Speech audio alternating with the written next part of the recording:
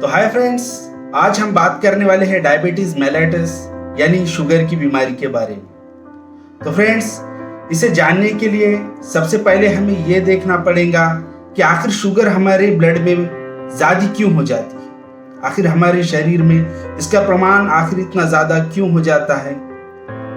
तो आज हम देखने वाले हैं इसके कारण क्या है, इसके लक्षण क्या है और इसका इलाज क्या है। तो चलिए देखते हैं। तो मैं अहद राज आपका स्वागत करता हूं मेरे अपने YouTube चैनल पर।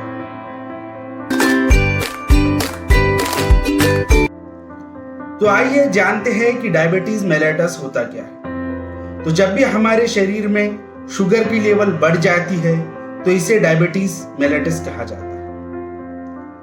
तो आइए जानते हैं कि आखिर शुगर की लेवल हमारे बॉडी में क्यों बढ़ती है। तो जब भी हम कुछ खाते हैं तो वो डाइजेस्ट होने के बाद यानी पचने के बाद उसकी शुगर या उसका ग्लूकोज हमारी ब्लड स्ट्रीम में जाता है, यानी कि हमारी नसों में जाता है और वहां से इंसुलिन उसे लेकर कर हमारे कोशिकाओं तक यानी कि बॉडी के हर एक सेल तक ले जाता है, जिससे हमें एनर्जी मिलती है।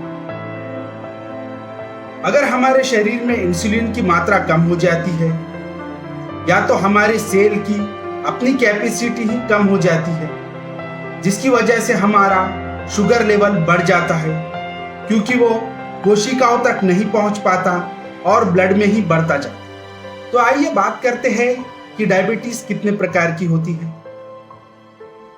तो डायबिटीज दो प्रकार की होती है, टाइप 1 डायबिटीज और टाइप 2 डायबिटीज। टाइप 1 डायबिटीज जो होती है वो इंसुलिन डिपेंडेंट होती है, यानी कि जिसमें हमारे बॉडी में इंसुलिन की मात्रा कम पड़ जाने से हमारा ब्लड शुगर लेवल बढ़ जाता है। और टाइप 2 डायबिटीज जो कि नॉन इंसुलिन डिपेंडेंट होती है, जिसमें हमारे बॉडी में इंसुलिन प्रेजेंट तो होता है लेकिन उसे यूज करने इतनी कैपेसिटी हमारे बॉडी सेल में नहीं होती। तो आइए बात करते हैं डायबिटीज के लक्षण यानी सिम्टम्स की। तो डायबिटीज में आमतौर पर थकान ज्यादा लगती है और पेशेंट का वजन भी काफी बढ़ जाता है, यानी कि मोटापा आ जाता है। पेशेंट को भूख ज्यादा लगती है और हाथ पैर में झुंझुनाहट सी होने लगती है। तो आइए बात करते हैं कि इस बीमारी में किए जाने वाले टेस्ट के बारे में। इसमें आमतौर पर यूरिन रूटीन भी किया जाता है, यानी कि पेशाब का मायना, और ब्लड शुगर टेस्ट भी किया जाता है, जिसमें यह देखते हैं कि पेशेंट का ब्लड शुगर लेवल कितना है। इसकी नॉर्मल रेंज 90 to 130 होती है, यानी कि 90 से तो 130 के दरमियान होती है। और तो आइए बात करते हैं इसके कारण की। तो डायबिटीज के बहुत सारे कारण हो सकते हैं, लेकिन सबसे कॉमन जो कारण है वो ये है कि वजन बढ़ने के कारण यानी मोटापे के कारण ये हो सकता है। ये जेनेटिक भी हो सकता है, मतलब अगर माँ बाप को हो तो ये बच्चों में भी ये बीमारी आ सकती है।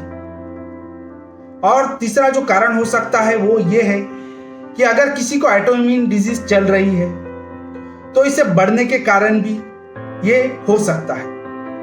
और चौथा जो पॉइंट है वो है अगर इंसान की उम्र ज्यादा हो जाती है, अगर किसी व्यक्ति की उम्र ज्यादा हो जाती है तो भी ये होने के बहुत सारे चांसेस बनते हैं। तो आइए बात करते हैं इसके ट्रीटमेंट के बारे में, यानी इसके इलाज के बारे में। तो इसके ट्रीटमेंट में आमतौर पर एंटी डायबिटिक मेडिसिन दी जाती है और जरूरत पड़ने पर इंसुलिन के इंजेक्शन भी लगवाए जा सकते हैं और पेशेंट को एक्सरसाइज की सलाह दी जाती है। तो फ्रेंड्स, हमने आज डायबिटीज के बारे में सारी बातें जान ली है। तो मैं अहद राज आपसे विदा लेता हूं, फिर मिलते हैं एक नए वीडियो के साथ। तब तक के लिए अपना ख्याल रखिए और मेरे चैनल को सब्सक्राइब और बेल आइकन को प्रेस करना ना भूलिए।